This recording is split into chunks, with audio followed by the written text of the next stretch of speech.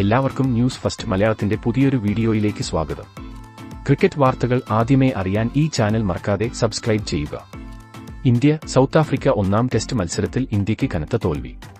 മത്സരത്തിന്റെ ഒന്നാം ഇന്നിംഗ്സിൽ ഇന്ത്യയ്ക്കെതിരെ ദക്ഷിണാഫ്രിക്ക കൂറ്റൻ ലീഡാണ് ഉയർത്തിയത്. ഡീൻ എൽഗറിന്റെ സെഞ്ചുറിയുടെ കരുത്തിലാണ് സൗത്ത് ആഫ്രിക്ക 408 എന്ന മികച്ച സ്കോറിലേക്ക് എത്തിയത്. എന്നാൽ രണ്ടാം ഇന്നിംഗ്സിന് ഇറങ്ങിയ ഇന്ത്യ തുടക്കത്തിൽ തന്നെ തകർന്ന് വീഴുന്ന കാഴ്ചയാണ് കണ്ടത്. രണ്ടാം ഇന്നിംഗ്സിന്റെ തുടക്കത്തിൽ തന്നെ ഇന്ത്യൻ ക്യാപ്റ്റൻ രോഹിത് ശർമ്മ ഡെക്കിന് ഔട്ടായി. രണ്ടാം ഓവറിൽ 5 റൺസിൽ നിൽക്കെയാണ് ഇന്ത്യക്ക് ആദ്യ വിക്കറ്റ് നഷ്ടമായത്. കാഗിസോ റബാഡയാണ് ആദ്യ ബ്രേക്ക് ത്രോ നൽകിയത്. രണ്ടാം വിക്കറ്റിൽ മറ്റൊരു ഓപ്പണറായ യശസ്വി ജയ്സ്വാളിനെ നാന്ദ്രെ ബർഗർ മടക്കി അയച്ചു. 13 റൺസാണ് ജയ്സ്വാൾ നേടിയത്. പിന്നീട് വന്ന വിരാട് കോഹ്ലിയും ശുഭ്മൻ ഗില്ലും കൂടിയാണ് ഇന്ത്യയെ ഒന്ന് കരകയറ്റിയത്. എന്നാൽ 13ാം ഓവറിൽ മാർക്കോ ജാൻസൻ ഗില്ലിനെ മടക്കി. 51 പന്തിൽ നിന്ന് 39 റൺസാണ് കോഹ്ലി ഗിൽ സഖ്യം നേടിയത്.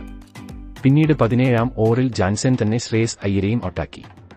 ശേഷം ഇറങ്ങിയ ആരും തന്നെ രണ്ടക്കം കടന്നില്ല. 25ാം ഓവറിൽ നാന്ദ്രെ ബർഗർ KL രാഹുലിനെ പുറത്താക്കിയപ്പോൾ അതേ ഓവറിൽ തന്നെ ബർഗർ രവിചന്ദ്രൻ അശ്വിനെയും പുറത്താക്കിയിരുന്നു. 28ാം ഓവറിൽ റബാഡയുടെ പന്തിൽ ഷാർദുൽ താക്കൂറും ഔട്ടായി. പിന്നീട് ഇറങ്ങിയ മുഹമ്മദ് സിറാജ് നാന്ദ്രെ ബർഗർ 31ാം ഓവറിൽ മടക്കി. ഇന്ത്യൻ നിരയിൽ വിരാട് കോഹ്ലി മാത്രമാണ് പിടിച്ചു നിന്നത്. 82 പന്തിൽ നിന്ന് 76 റൺസ് നേടി 10ാമതായാണ് കോഹ്ലി മടങ്ങിയത്. ഇതോടെ ഇന്ത്യ 131 റൺസിന് ഓൾ ഔട്ടായി. ഇന്ത്യൻ നിരയിൽ 3 ബാറ്റർമാരാണ് ഡെക്കിന് ഇന്ന് ഔട്ടായത്.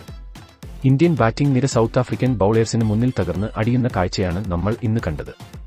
എന്തായാലും ഇന്ത്യ അടുത്ത മത്സരത്തിൽ തിരിച്ചുവരുമെന്ന് നമുക്ക് പ്രതീക്ഷിക്കാം. ഇതിനെപ്പറ്റി നിങ്ങളുടെ അഭിപ്രായം എന്തെന്ന് താഴെ കമന്റ് ചെയ്യുക. അപ്പോൾ ഇതുപോലത്തെ കൂടുതൽ ക്രിക്കറ്റ് വാർത്തകൾക്കായി ഈ ചാനൽ മറക്കാതെ സബ്സ്ക്രൈബ് ചെയ്യുക.